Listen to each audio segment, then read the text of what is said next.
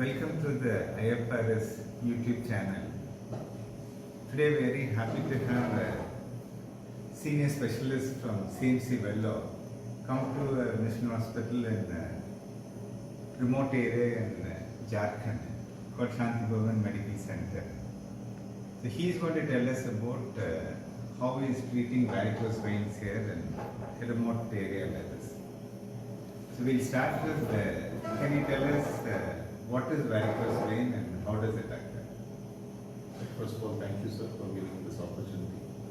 So, varicose veins are nothing but abnormal veins which we develop in the legs usually, and this is more so because the blood which is supposed to go towards the heart, there is some leakage of valves because of which blood refluxes back into the legs, into these veins, and then they become dilated and tortuous. And these can be asymptomatic. However, some patients do develop symptoms like prolonged pain, crampy pain, which occurs. It can be dull aching pain at the end of the day, though especially those who have prolonged standing occupation. Sometimes they do develop swelling of their legs. If it progresses, then it can develop into something called as a venous eczema, where there is blackish discoloration of the leg.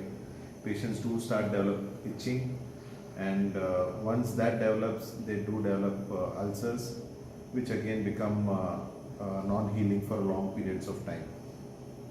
And it is very important to address the situation as early as possible, so that we prevent the progression of disease. Okay, from what I understand is that the varicose veins occur because of defect in the valves, which take blood from the lower limbs to the heart. Yes. And is it a congenital lesion or it is occupational, because some people like teachers and others stand for a long time? So it can be congenital, especially in young patients who develop this problem. We should suspect that it may be congenital, especially if parents or siblings have a similar condition. Then there is a possibility that it can be hereditary.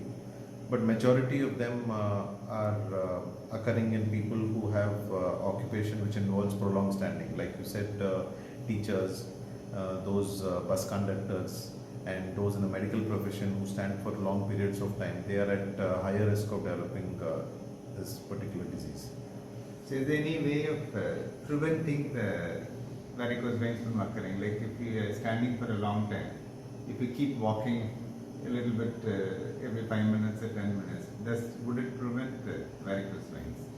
Yes, definitely. I think prolonged standing at one particular place without movement does predispose to stagnation of blood.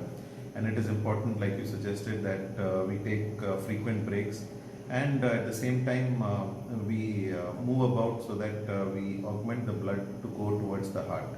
And another important risk factor which is often missed is obesity. So any person who is obese tends to be at a higher risk of developing varicose veins. Moving around helps them to reduce weight also. That is another advantage. Very true. Okay, the other thing is that obviously if they have varicose veins, it look ugly. Yes. Patient may not appreciate the looks. Okay. But then other than that, does it cause any medical problems? You said eczema is there, ulcer is there. That occurs in the later stages. Yes. Earlier stages, any other problem like clotting and thrombosis and those sort of things are common now? And because these varicose veins are abnormal veins, especially they become dilated and tortuous, there is a chance that these veins can have pooling of blood.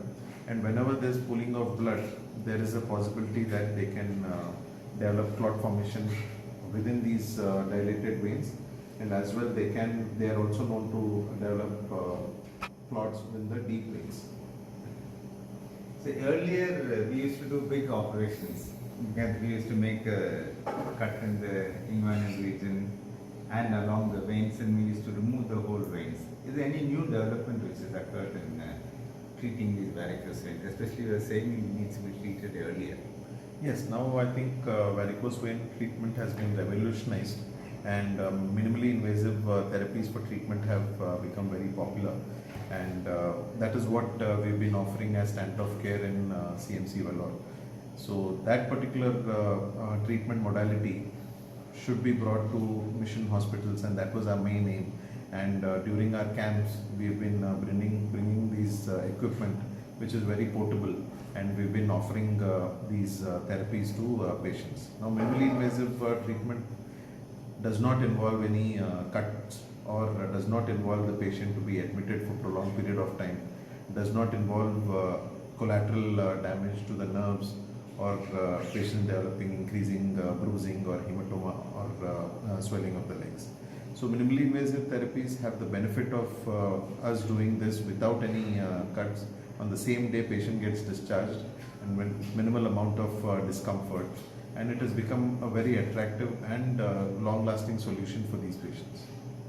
Okay, so what you say is that earlier conventional treatment, you need huge incisions, we need about 1 week or 10 days for the patient to recover. And of course, the associated problems with any anesthesia surgery.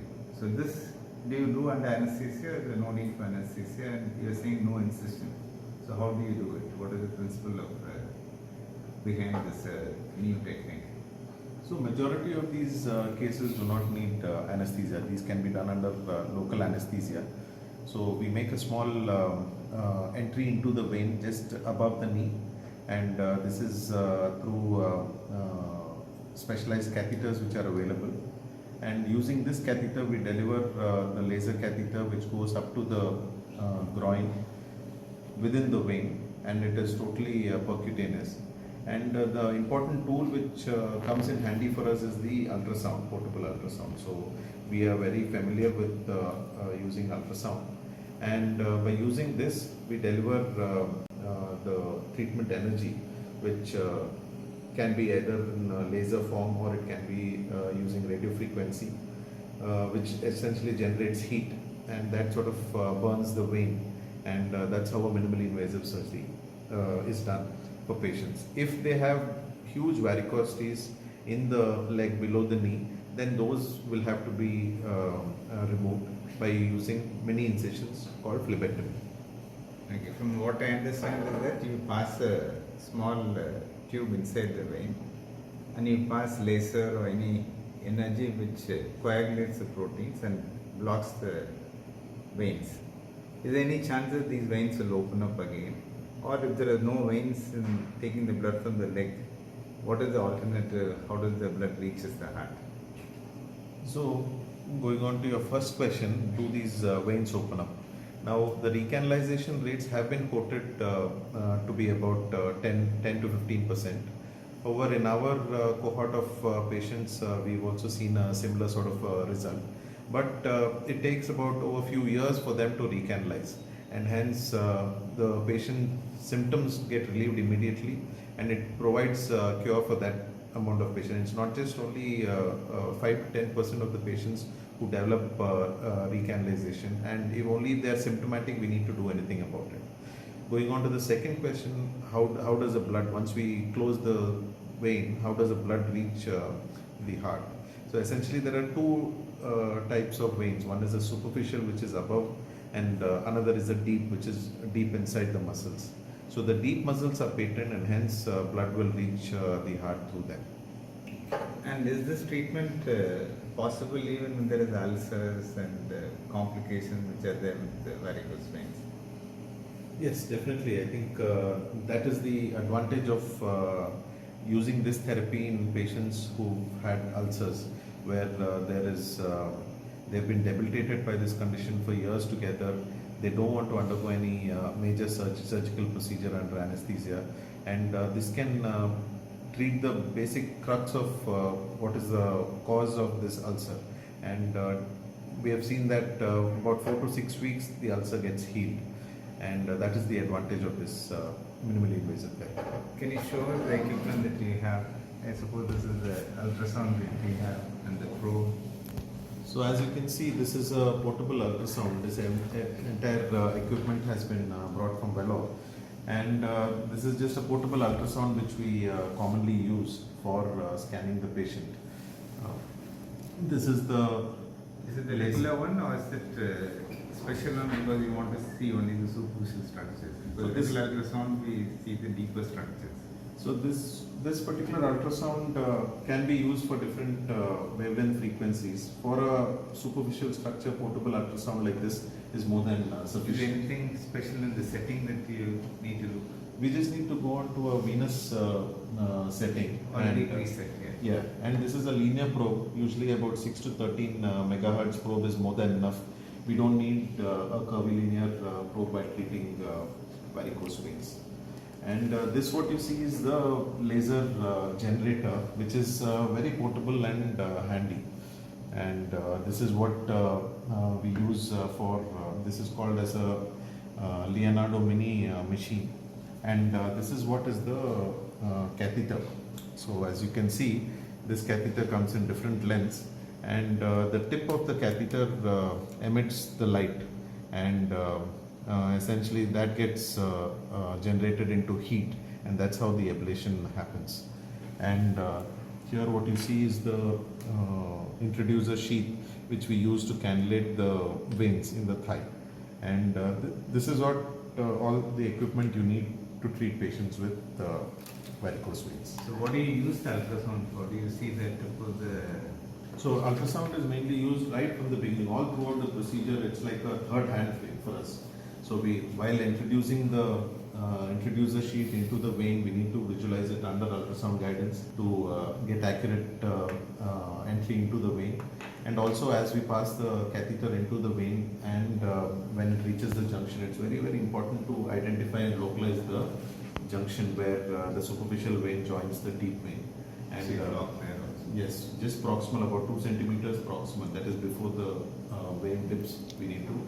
And close how do this. you make sure that it is actually blocked? So Whether once, sufficient energy is delivered and it is blocked. once the procedure is completed, there are settings in the laser generator which are preset, and we use that.